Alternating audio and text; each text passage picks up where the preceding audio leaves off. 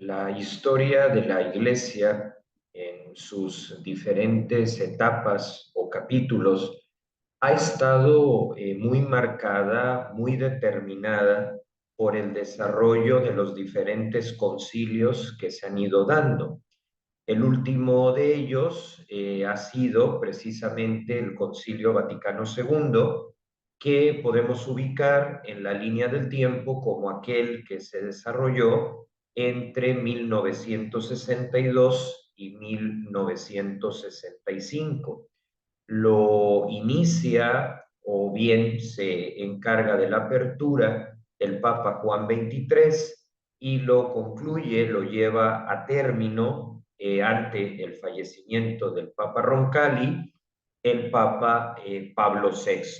De manera que estamos en un periodo de tiempo del siglo XX, de la década de los 60, entre dos grandes papas, Juan XXIII y Pablo VI, aunque se sabe por las investigaciones de tipo histórico que se han hecho en los últimos años, que si bien fue Juan XXIII el que afrontó la logística de convocar a todos los obispos del mundo, realmente ya desde el Papa Pío XII, desde Eugenio Pacelli, él ya estaba intuyendo la necesidad de que la Iglesia entrara en esta reflexión profunda a través de un concilio.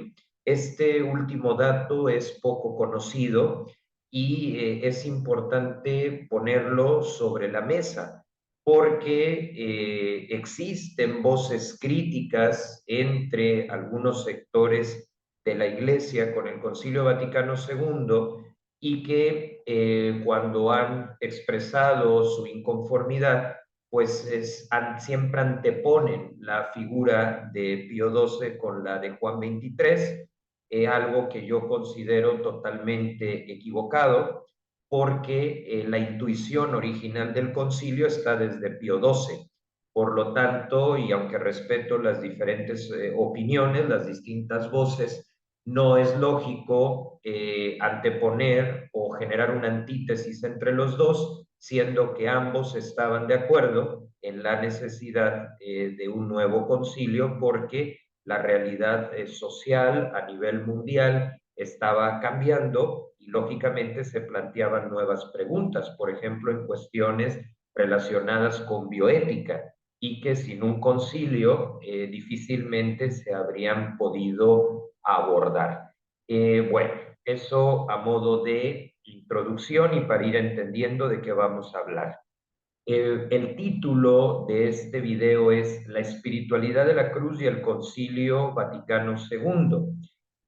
¿Por qué me parece importante detenernos en este punto? Bueno, porque todas las espiritualidades e instituciones que surgieron antes de 1965, como es el caso de la espiritualidad de la cruz, que se desarrolla a partir de 1894 con los escritos de la Beata Concepción Cabrera de Armida y la fundación de las 5 obras de la cruz, pues como podemos darnos cuenta, surge antes de 1965 y al igual que todas las demás espiritualidades e instituciones precedentes, tuvieron que hacer una relectura a la luz de lo que el Concilio Vaticano II analizó, determinó y que dejó perfectamente documentado, clasificado en 3 tipos de documentos, que son las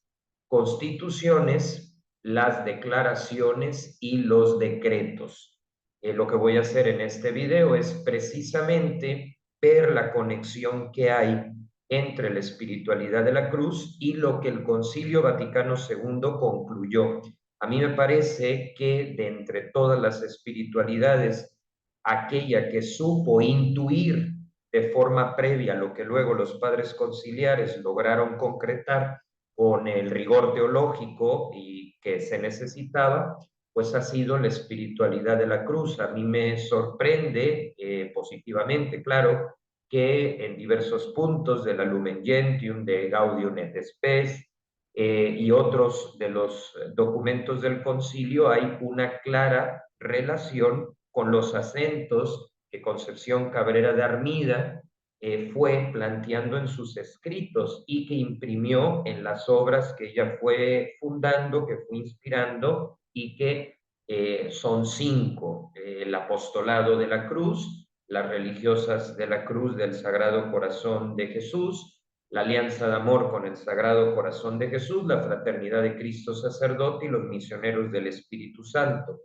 El andamiaje que dio origen a estas 5 obras y posteriormente a otras instituciones que hoy conforman la familia de la Cruz, ese andamiaje lo plantea Concepción Cabrera de Armida en sus escritos, en la configuración de las obras que fundó y que fueron aprobadas por diversos papas, por ejemplo el Apostolado de la Cruz por León XIII, pero ya digamos la última etapa de estas obras por San Pío X. Entonces, ¿qué pasa? Que es muy interesante ver que lo que Concepción Cabrera de Armida intuyó fue confirmado por el Concilio Vaticano II. Y eso demuestra que Dios genera las inquietudes en la base, en las personas, en los católicos, en los cristianos de calle, y luego esto, bueno, sube a la autoridad competente, en este caso, por supuesto, el concilio, y avala esto que comenzó siendo una experiencia, primero en el ámbito individual, pero que luego fue contagiando a otras personas, ¿no? Y también a teólogos, a sectores que pudieron desarrollarlo. Entonces, por eso yo planteé un cuadro comparativo de 5 puntos en una columna. Aparecen los acentos de la espiritualidad de la cruz, todos ellos anteriores a 1965, y luego en la otra columna, 5 puntos correspondientes a lo que el Concilio Vaticano II dijo y actualizó, porque también hay una renovación de la forma, aunque conservando el fondo, de lo que en su momento la espiritualidad de la cruz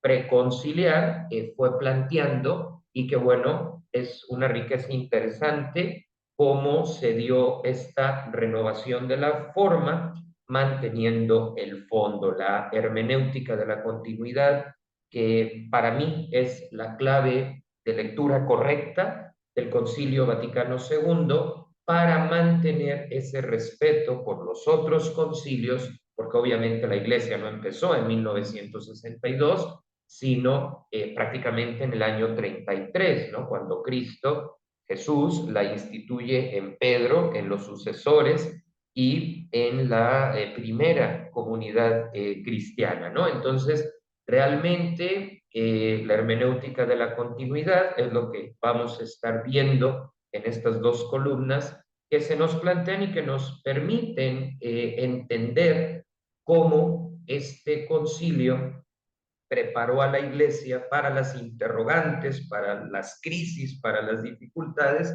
que empezaríamos a ver, sobre todo frente a los retos de la revolución cultural que se da unos años después de concluido el concilio, en el año 1968, con el impacto que tuvo en la escala de valores, en el tema de la relación con las autoridades tradicionales, y que, bueno, hasta el día de hoy repercute como parte de los retos que a nivel social y a nivel iglesia también nos estamos enfrentando.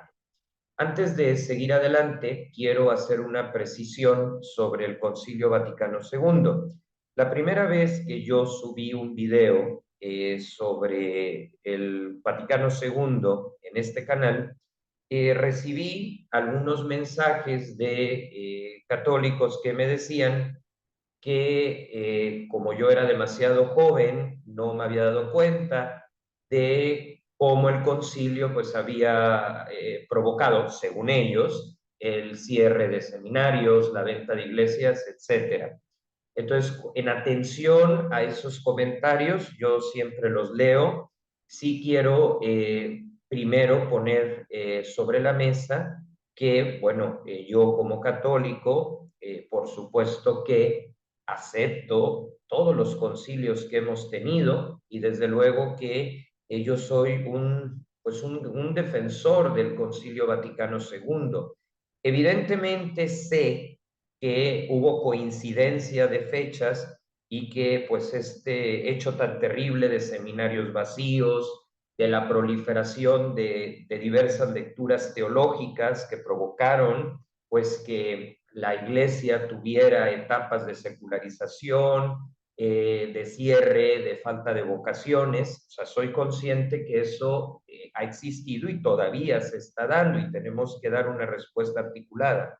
Pero en mi opinión, esa crisis real no fue ni es responsabilidad del Concilio Vaticano II. Si uno lee atentamente los documentos, se puede dar cuenta de la riqueza, del equilibrio y del respeto a la tradición de la Iglesia que los padres conciliares, manejaron.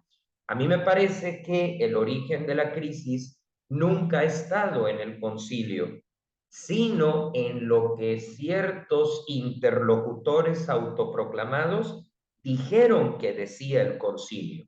¿Sí? A mí me parece que todas estas problemáticas de falta de vocaciones, de crisis de moral en la iglesia, tienen su origen no en el concilio, sino en una interpretación ideológica que ciertos sectores hicieron del mismo.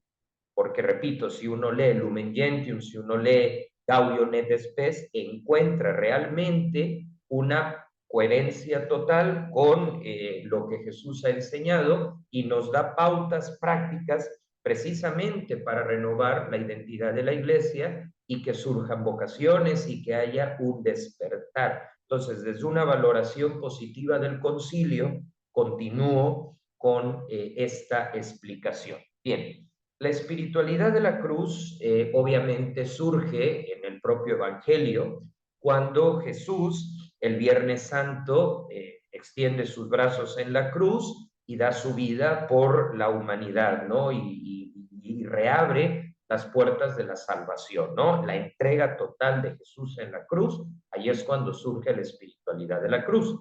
Pero lógicamente, con el paso de los siglos, pues se ha ido necesitando de la presencia de hombres y mujeres que recuerden el valor de esa entrega. Y una de estas personas fue Concepción Cabrera de Armida, una madre de familia, una mística, una gran escritora mexicana que vivió entre 1862 y 1937. Me voy a referir precisamente a la fase de la espiritualidad de la cruz desde Concepción Cabrera de Armida, porque hay otras figuras que también han hablado del significado de la cruz de Jesús, pero en este caso lo voy a acotar a la espiritualidad de la cruz de Concepción Cabrera de Armida, que es la que yo he estudiado, la que yo he conocido y bueno, he tratado de vivir, ¿no? De llevar a la práctica para no reducirla a una cuestión de ideas. Bueno, si uno explora los 66 tomos de la cuenta de conciencia de Concepción Cabrera de Armida, se puede dar cuenta que hay diversos temas que se vuelven una constante, como una nota característica. Y esos puntos los podemos clasificar en 5. Primero, el sacerdocio bautismal, o sea, el sacerdocio común a todos los que hemos recibido el sacramento del bautismo y no solamente a los sacerdotes, obispos o a las monjas. El papel de los laicos, una nueva neumatología. La neumatología, que sería el punto 3, es la rama de la teología que se encarga del estudio del Espíritu Santo.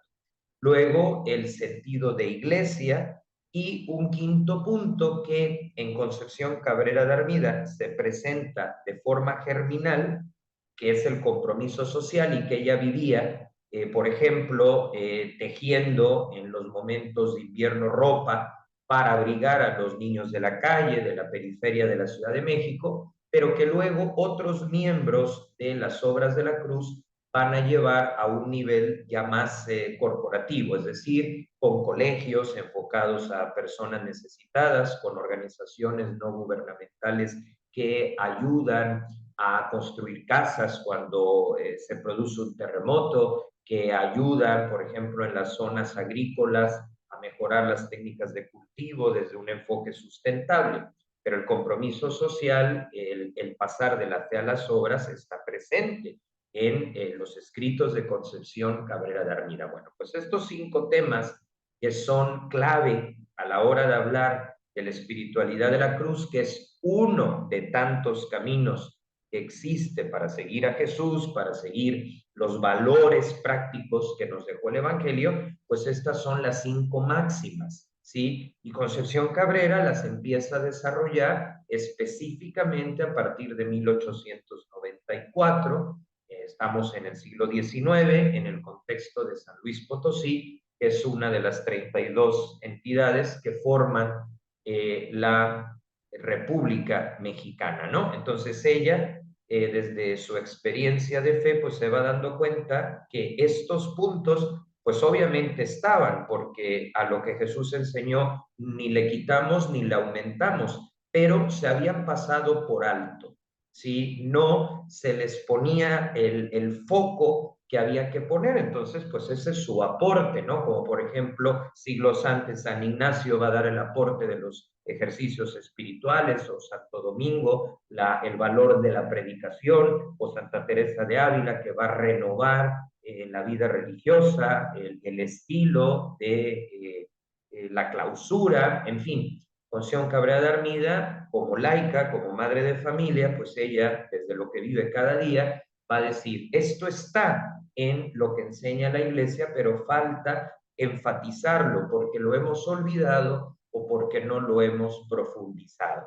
Entonces, estos 5 puntos ella los plantea, la Iglesia los aprueba con la, valga la redundancia, la aprobación de las obras de la cruz en diferentes fechas, porque no se fundaron el mismo día las 5, y luego, años después, esa intuición pues se va a volver la temática de las constituciones, de las declaraciones y de los decretos del Concilio Vaticano II. La espiritualidad de la cruz, por lo tanto, va a dar contenido a gran parte de las cuestiones que se van a tratar en el concilio, y por eso digo que el Vaticano II pues nos preparó para los retos de hoy. Otra cosa es que en vez de ir a las fuentes, nos quedemos en lo que dicen que dice. Y ahí es donde aparecen las fake news, ahí es donde se malinterpreta el concilio e incluso se llega a instrumentalizarlo, provocando esa crisis de fe, pues que también nos puede llegar a golpear a los católicos, ¿no? A las personas que estamos en esto. Bueno, pero cuando se lee atentamente, descubrimos que el cambio cultural se iba a dar con concilio o sin concilio, pero qué bueno que se dio con el concilio, porque nos dio la caja de herramientas, a mí me gusta mucho utilizar esa analogía, para ir adelante. Bueno, donde confirma es el Vaticano II estas 5 intuiciones de Concepción Cabrera de Armida. Bueno, pues en lo que respecta al sacerdocio bautismal, hay sendas menciones en la Constitución Lumen Gentium, particularmente en los numerales que van del 10 al 12. En cuanto al papel de los laicos, sí, no olvidemos que la propia Concepción Cabrera de Armida era una laica, sí, la encontramos en el decreto, sí, que lleva por nombre en latín Apostolicam Actuositatem, ¿sí? Que habla precisamente sobre el apostolado de los laicos. Luego, sobre la neumatología, o sea, el Espíritu Santo, lo encontramos en Lumen Gentium, especialmente en el número 4.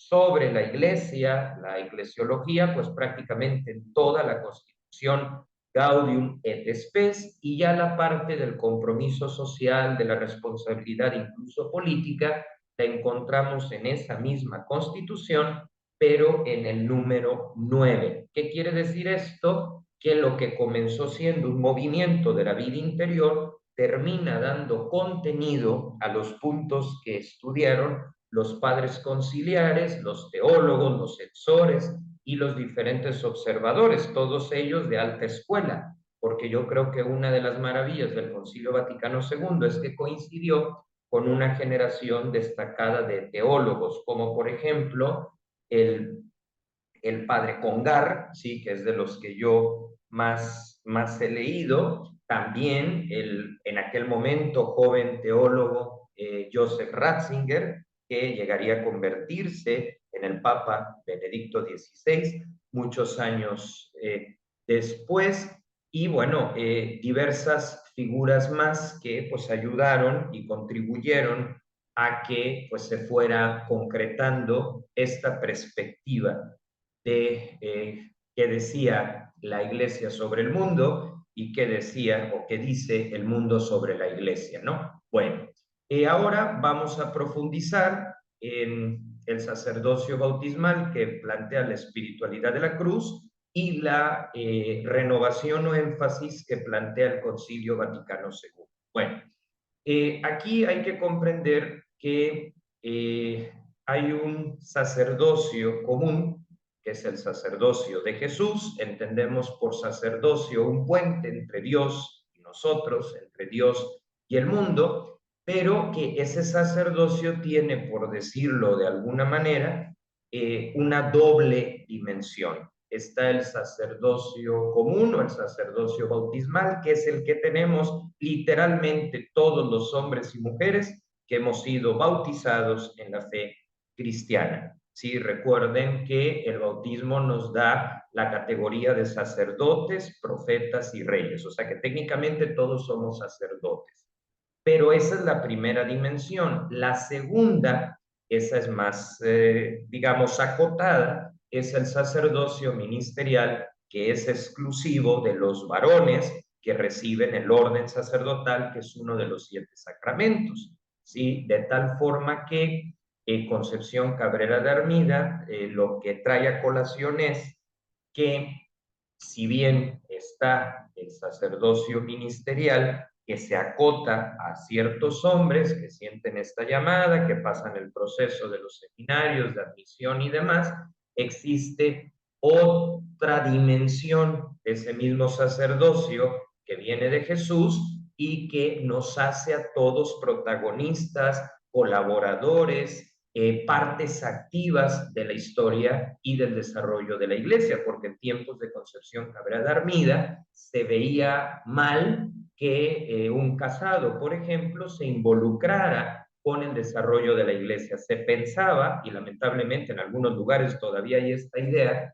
que el responsable era el obispo y que los demás pues no tenían nada que aportar, sino simplemente oír y callar. Y Concepción Cabrera de Armida dice, no, yo desde mi familia, yo desde mi realidad puedo contribuir con el obispo, puedo incluso darle mi punto de vista, y ella lo va haciendo. Muchos obispos de México de la época van a valorar su opinión, van a valorar su experiencia. Entonces el sacerdocio bautismal va a estar muy claro como el eje de la espiritualidad de la cruz, el recordarnos que todos somos protagonistas y no meros espectadores de la iglesia, porque muchas veces escuchamos a católicos que dicen, es que la iglesia va muy mal, pero lo dicen como si no fueran parte, porque no se asumen como corresponsables de esa trayectoria.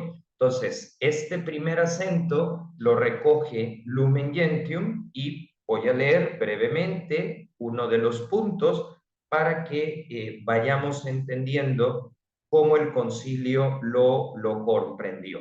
Nos dice, el sacerdocio común de los fieles y el sacerdocio ministerial o jerárquico, aunque diferentes esencialmente y no solo en grado, se ordenan sin embargo el uno al otro porque ambos participan a su manera del único sacerdocio de Cristo. El sacerdocio ministerial, por la potestad sagrada de que goza, forma y dirige al pueblo sacerdotal, confecciona el sacrificio eucarístico en la persona de Cristo y lo ofrece en nombre de todo el pueblo a Dios. Los fieles, en cambio, este es como el punto capital de la espiritualidad de la cruz, los fieles, en cambio, en virtud de su sacerdocio regio, concurren a la ofrenda de la Eucaristía y lo ejercen en la recepción de los sacramentos, en la oración y acción de gracias, mediante el testimonio de una vida santa, en la abnegación y caridad operante.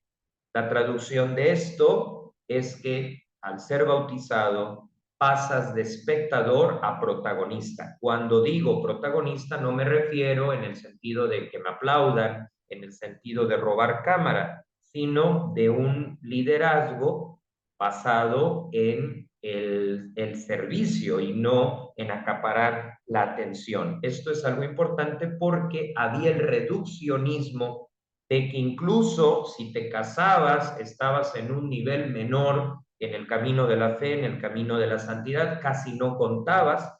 De hecho, una de las aportaciones de Concepción Cabrera de Armida fue lograr dos permisos. Uno, que los casados, los laicos, pudieran tener una Biblia en su casa porque no existía ese permiso y ella logra el permiso. Y segundo, no podían comulgar todos los días y ella logra, obviamente, si hubo o si hay estado de gracia y si no confesándose, la comunión diaria. O sea, había los laicos estaban marginados. Dependía mucho del país, dependía mucho del obispo en turno, pero ella plantea esto y consigue esos dos permisos. Y aquí, en el concilio, en la Constitución Lumen Gentium, nos está dejando muy claro que los fieles, o sea, los que no somos sacerdotes en el sentido ministerial, pues también participamos, ¿sí? Y utilizan la categoría de pueblo sacerdotal, o sea, ese conjunto de personas que han recibido el bautismo, que lo quieren vivir bien, que lo quieren aterrizar a su día a día y que lo van llevando a cabo. Pues aquí tenemos entonces este acento planteado primero por la espiritualidad de la cruz y luego, digamos, delineado por el Lumen Gentium en el Concilio Vaticano II. Posteriormente viene un segundo punto que deriva del primero. Si hablamos del sacerdocio bautismal y no solo de los sacerdotes ministeriales, pues es porque se busca que los laicos se sumen, es porque se busca que los laicos colaboren. Yo soy laico y estoy haciendo este video. Por eso cuando escucho o recibo comentarios criticando al concilio, yo lo que respondo es, pues es que si el Concilio Vaticano II no hubiera llegado, yo como laico no podría estar haciendo este video porque no tendría acceso a la información ni me sentiría convocado, confirmado a colaborar de esta manera. Sí, o sea, a mí no me toca hacer homilías porque no soy sacerdote, pero me toca dar alguna plática, dar alguna clase y ese es mi granito de arena, pero que de alguna manera vino del Concilio Vaticano II. ¿Sí? O sea, es el que avala que nos podamos, cada uno desde sus habilidades, desde sus talentos, poder participar. Entonces, el papel de los laicos, porque Concepción Cabrera de Armida era laica, ¿sí? Y de hecho, las obras de la cruz incluyen a los laicos. Ya luego se va a prolongar a los sacerdotes, a los religiosos y a las religiosas, pero de primer instancia es una laica la involucrada en todo este proceso y que la vamos a ver yendo a ver al Papa, gestionando, ayudando a los sacerdotes en tiempos de la persecución religiosa, buscando cómo financiar sus estudios, refugiándolos incluso en su propia casa, o sea, un sano protagonismo. Pero bueno, esto que acabo de explicar, ¿cómo lo entiende el Concilio Vaticano II? Pues tenemos el decreto apostólica Acto Citatem, que es sobre el apostolado de los laicos, y en el punto número 1 nos dice, queriendo intensificar más la actividad apostólica del pueblo de Dios, o sea, de nosotros, el Santo Concilio se dirige solícitamente a los cristianos seglares, cuyo papel propio y enteramente necesario en la misión de la Iglesia ya mencionado en otros lugares, ¿no? Porque el apostolado de los laicos, que surge de su misma vocación cristiana, nunca puede faltar en la Iglesia. Este apostolado se hace más urgente porque ha crecido muchísimo, como es justo en los diversos sectores de la vida humana. Es como si le contestaran a Concepción Cabrera de Armida de manera póstuma, sigue adelante con la Biblia en tu casa, sigue adelante con la comunión diaria, sigue adelante llevando la fe a tu familia, al teatro y a donde te mueves, sigue adelante porque estás incluida y eso ahora se nos dice a nosotros, estamos incluidos. algunos haciendo videos, otros dando clases, muchos en hospitales, en la propia familia, que el abuelo y abuela que propone creativamente a Jesús a sus nietos. O sea, hay verdaderamente una suma de talentos que está reconocida por el Concilio Vaticano II y que le dedica, ¿sí? Todo un pronunciamiento, porque estamos hablando de un decreto. Este decreto ayuda a que entendamos que hay un rol que jugar en vez de quedarnos de brazos cruzados o peor aún, de ser una copia de los sacerdotes y de los religiosos, que es lo que el Papa Francisco, con justa razón, ha señalado como laicos clericalizados, ¿no? Por ejemplo, aquel padre de familia que pasa más tiempo en la sacristía que con sus hijos. Eso no puede ser. Quiere decir que aún no ha comprendido el papel que tiene como laico y que no es un copiar y pegar de la vida religiosa de los monjes o de las monjas. Bien. Luego, Concepción Cabrera de Armida desarrolla toda una neumatología. Repito, neumatología es la rama de la teología que se ocupa del Espíritu Santo, la tercera persona de la Santísima Trinidad. Concepción Cabrera de Armida se da cuenta que en las clases de catecismo se habla muy bien de Dios Padre, muy bien de Jesús, pero sobre el Espíritu Santo no hay conocimiento. ¿Sí? Esto ya de alguna manera San Pablo lo había experimentado cuando se acerca a la filosofía griega, ¿no? Aquel famoso letrero del Dios desconocido que va a ser la puerta a través de la cual San Pablo les va a decir, ese Dios desconocido ya es conocido y es el Espíritu Santo. ¿Por qué es importante el Espíritu Santo? Porque es el que nos da la capacidad de creer. Nosotros ya no nos tocó ver a Jesús caminando en la calle, pero el Espíritu Santo nos da los elementos, las certezas suficientes, ¿sí? Porque genera en nosotros una convicción que va más allá de lo que podamos nosotros decirnos, ¿sí? En cuanto a que nos da razones externas a nosotros, es lo que quiero decir. Y pues si Él es el que nos da la capacidad de creer, porque ya no nos tocó vivir en el año 30 o en el año 32, pues eso hace que el Espíritu Santo sea muy importante porque es el que inspira. ¿Qué es una inspiración? Pues, por ejemplo, que un pintor a las 3 de la mañana de pronto se levanta y le viene la idea de lo que va a pintar, y aunque sean las 3 de la mañana, dice, ahora o nunca porque se me va la inspiración. Pues algo así es una analogía. El Espíritu Santo nos inspira a pensar en Jesús. El Espíritu Santo nos da ideas de cómo ayudar a que la iglesia sea más dinámica. ¿Sí? Muchas veces los que escribimos artículos sentimos que hay que tocar un tema y ese sentimiento, ese movimiento interior viene de un alguien y ese alguien es el Espíritu Santo. Y Concepción Cabrera de Armida dijo, o sea, aquí falta hablar sobre el Espíritu Santo, explicarlo de una forma atractiva, porque se pasaba por alto y era como si estuviéramos presentando un rompecabezas, pero con piezas faltantes que impedían ver pues, el dibujo completo.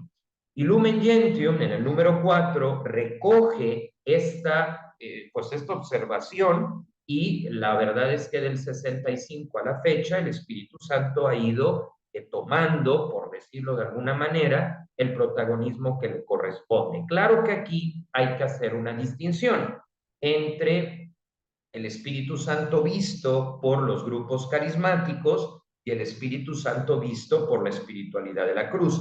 En ambos casos se trata del mismo Espíritu, pero lo que varía es la forma o la práctica pastoral. Por ejemplo, en nosotros en la espiritualidad de la cruz no tenemos la parte de las alabanzas en el sentido de musical. Nosotros las repetimos o las meditamos y lo nuestro es más en la línea de reconocer al Espíritu Santo como inspirador de ese silencio interior, ¿no? En cambio, en el contexto carismático viene la cuestión del don de lenguas, de las alabanzas, de un cierto estilo de celebración, de un cierto estilo de oración. No es que uno sea más importante que otro, solo que pues son diferentes porque cada persona lo es y entonces unos se sienten llamados a la línea carismática y otros nos sentimos llamados a la espiritualidad de la cruz y no pasa nada. Pero ese movimiento carismático, sí, viene también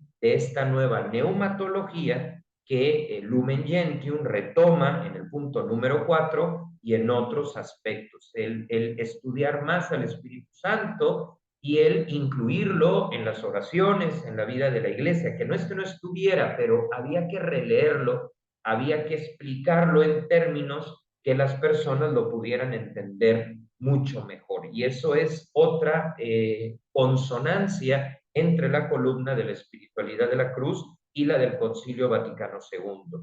Luego, el sentido de iglesia. Para Concepción Cabrera de Armida era muy claro que su misión se tenía que dar dentro de la iglesia, porque a veces existe, vamos a decirlo así, el peligro de querer hacer nuestra propia iglesia, porque nos decepcionamos, porque frente a los escándalos a veces uno se cuestiona, bueno, pues aunque yo no tuve directamente ni indirectamente, gracias a Dios, no hemos tenido algo que ver con esas cuestiones, pues ¿por qué seguir en una fe que otros han manipulado y que otros han usado para mal? Pues precisamente permanecer en ella para recuperar su brillo, para ir a su raíz y para evitar que por nuestro hueco pues llegue alguien que pues haga un mal uso de esta. Entonces Concepción Cabrera de Armida, y eso es lo valioso, por eso es beata, por eso va camino a los altares, no lo hace por la libre,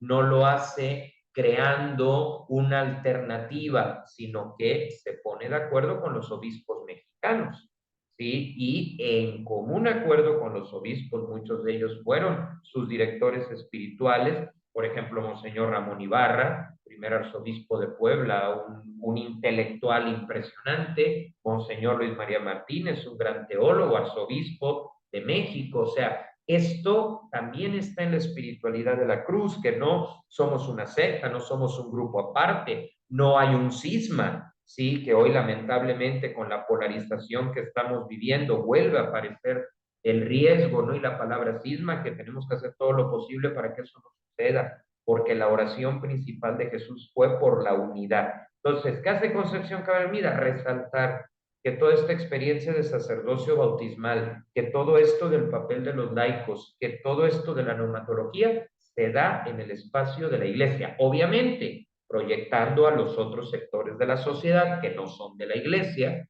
pero ante los cuales también toca plantear la fe, abrir el diálogo y pues ir dando pasos, ¿no?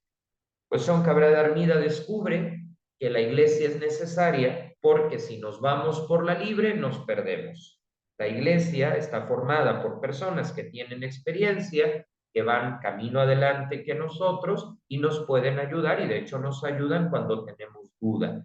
Si nos salimos de la iglesia, si nos salimos de la disciplina, si nos salimos de la doctrina, pues lo que va a pasar es que nos estaremos inventando a un Dios hecho a nuestra medida. Por eso Concepción Cabrera de Armida asume la importancia de la iglesia, pues porque no se puede ir solos en esta vida, no se puede ir como cabo suelto y todo lo va a hacer en un diálogo con los obispos. Obviamente no siempre fue un diálogo fácil, por ahí había algunos que dudaban de ella, pero en general hubo apoyo, muy buen apoyo, y ella hasta con los difíciles o con los que tenía algún tipo de tensión, comprendía que debía ser paciente con el proceso histórico y pues permanecer en la iglesia, ¿no? Como por ejemplo Santa Teresa, que una de sus últimas palabras, porque se discute si literalmente fueron las últimas palabras, pero sí sabemos que son de las últimas, donde afirma que muere como hija de la iglesia, al fin hija de la iglesia, ¿no? Y esto también es importante para no caer en posturas agnósticas o de irnos por la libre y terminar dando vueltas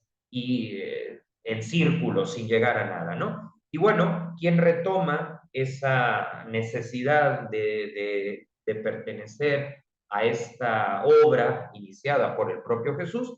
Gaudium et Spes. Aquí no les pongo un número porque la Constitución entera aborda la cuestión de la iglesia, ¿no? De Diría Santo Tomás de Aquino, este cuerpo místico del que Jesús es cabeza, y bueno, pues que existen los 5 continentes. Y esa es la maravilla. Para mí, una de las pruebas de que la Iglesia Católica es la verdadera, pues está en que me la encuentro en cualquier parte a la que vaya. Ese sentido católico, ese sentido universal, no puede explicarse el logro de haber entrado a prácticamente todas las culturas. Aún hay algunas donde todavía no, y los misioneros están en proceso, pero este saber entrar en cada cultura, tomar lo mejor de cada una y sumarle, por supuesto, el mensaje de Jesús, no se puede explicar únicamente en términos sociológicos o en términos humanos, sino que es precisamente la acción del Espíritu Santo, que no es magia, sino que se va dando a través de las personas, de las circunstancias y finalmente de los procesos históricos, como las diferentes fundaciones, movimientos, congregaciones, etcétera. Y luego tenemos el quinto elemento, el compromiso social, que Gaudium et Spes lo menciona en el número 9, y es que, bueno, esto está en la Biblia, ¿no? La fe sin las obras está muerta. La espiritualidad de la cruz es muy profunda.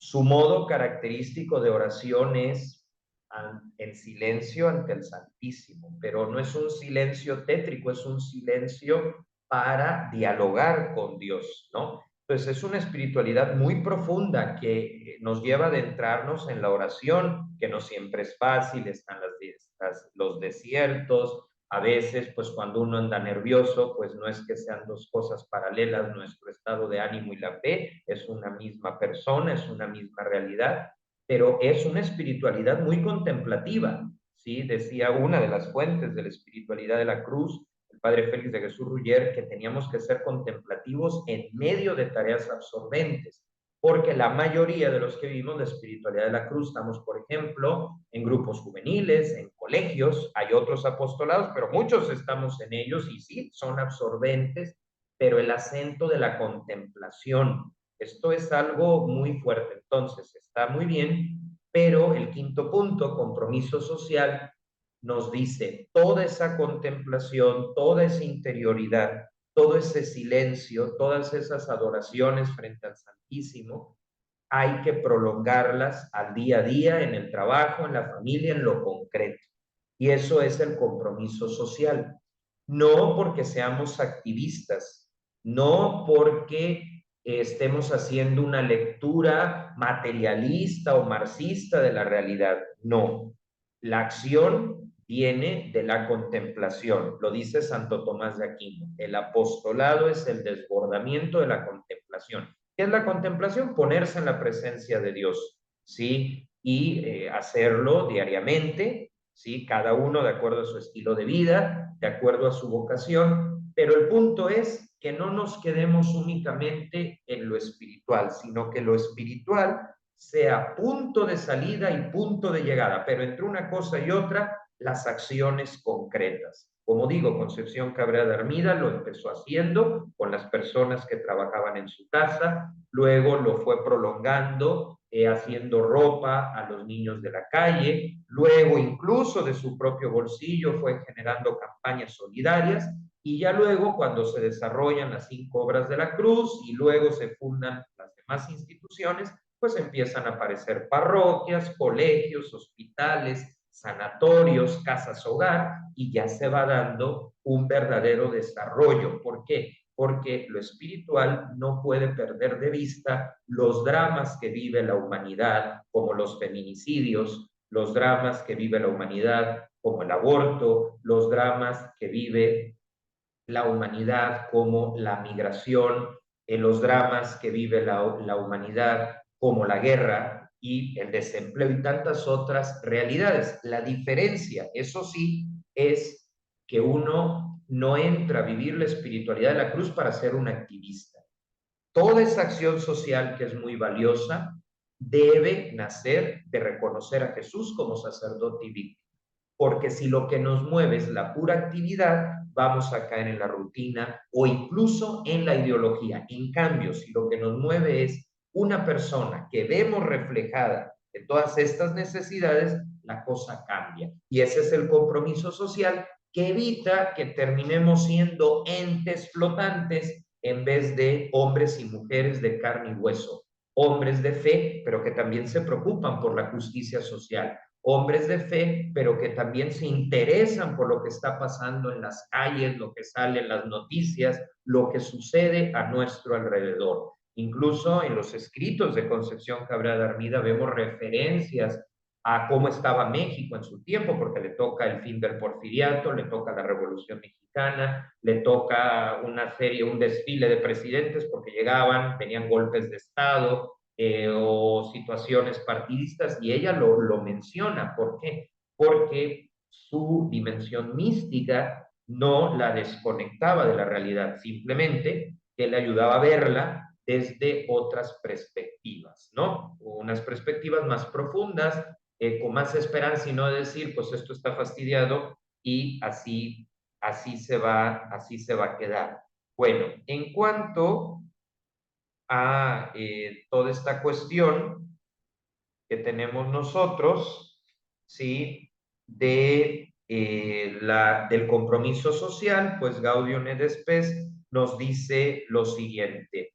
Leo brevemente un fragmento, dice: entre tanto, se afianza la convicción de que el género humano puede y debe no solo perfeccionar su dominio sobre las cosas creadas, sino que le corresponde además establecer un orden político, económico y social que esté más al servicio del hombre, del ser humano, de la mujer, de los niños, y permita a cada uno y a cada grupo afirmar y cultivar su propia dignidad. Agrega: las naciones en vía de desarrollo, como son las independizadas recientemente, bueno, aquí está todavía la década de los 60, desean participar de los bienes de la civilización moderna, no solo en el plano político, sino también en el orden económico, y desempeñar libremente su función en el mundo.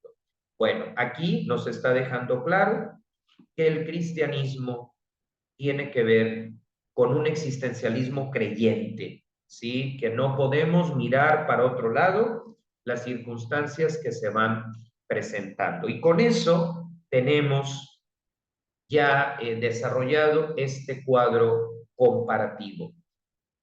4 conclusiones para cerrar este video. Primero, el Concilio Vaticano II debe ser leído para evitar caer en la ideología que ha sido la causa de la crisis de fe, de la polarización que tenemos. Hay que leerlo desde la hermenéutica de la continuidad. No quedarnos en lo que dice el concilio, sino acudir a las fuentes, como lo hemos hecho hoy a través de las constituciones, declaraciones y decretos. Segunda conclusión: todas las espiritualidades previas a 1965 entraron en un proceso de revisión, de volver a la raíz, una causa positiva del Concilio Vaticano II. En el caso concreto de la espiritualidad de la cruz, al morir Concepción Cabrera de Armida, algunos biógrafos acentuaron demasiado el tema del dolor, y entonces el Concilio Vaticano II ayudó a, sí, el lema es amor y dolor, pero predomina el amor, porque Concepción Cabrera de Armida supo vivir, supo alegrarse, supo tener buen humor. Entonces, ¿qué hace el concilio? El concilio no dice quita el dolor, no, dice, porque es parte de la condición humana, y la espiritualidad de la cruz enseña a gestionarlo.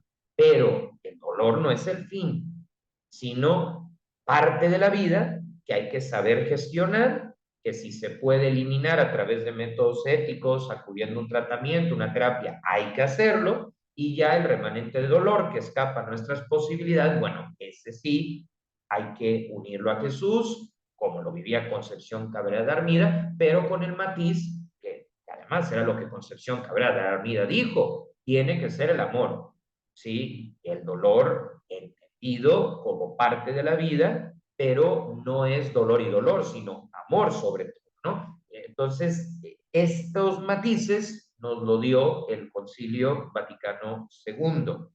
Luego, la tercera conclusión es que la experiencia de Dios en Concepción Cabrera de Armida se adelantó al Concilio Vaticano II y aportó contenido a lo que luego se fue resolviendo, sobre todo en el campo del sacerdocio bautismal, el papel de los laicos, la neumatología, el sentido de la Iglesia y el compromiso social.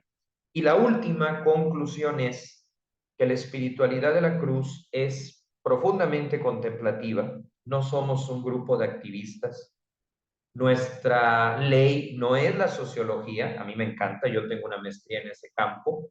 La sociología es importante porque nos permite entender el entorno donde se evangeliza, pero no como motivo para desplazar al evangelio, porque la ideología atrae ideólogos y la creencia que se pone en contexto, que tiene obras, atrae creyentes con obras, que es lo que realmente necesita la iglesia y la realidad actual. Pues con esto pudimos tener un poco de perspectiva histórica, pero sobre todo lo que quiero subrayar y con lo que termino. Decía Benedicto XVI que los verdaderos reformadores de la iglesia eran los santos. Yo estoy convencido de ello porque no tendríamos una Lumen Gentium si antes no la hubiera vivido. No tendríamos una Gaudium et Spes si antes alguien no lo hubiera vivido. Y uno de esos alguien fue precisamente la beata Concepción Cabrera de Armida.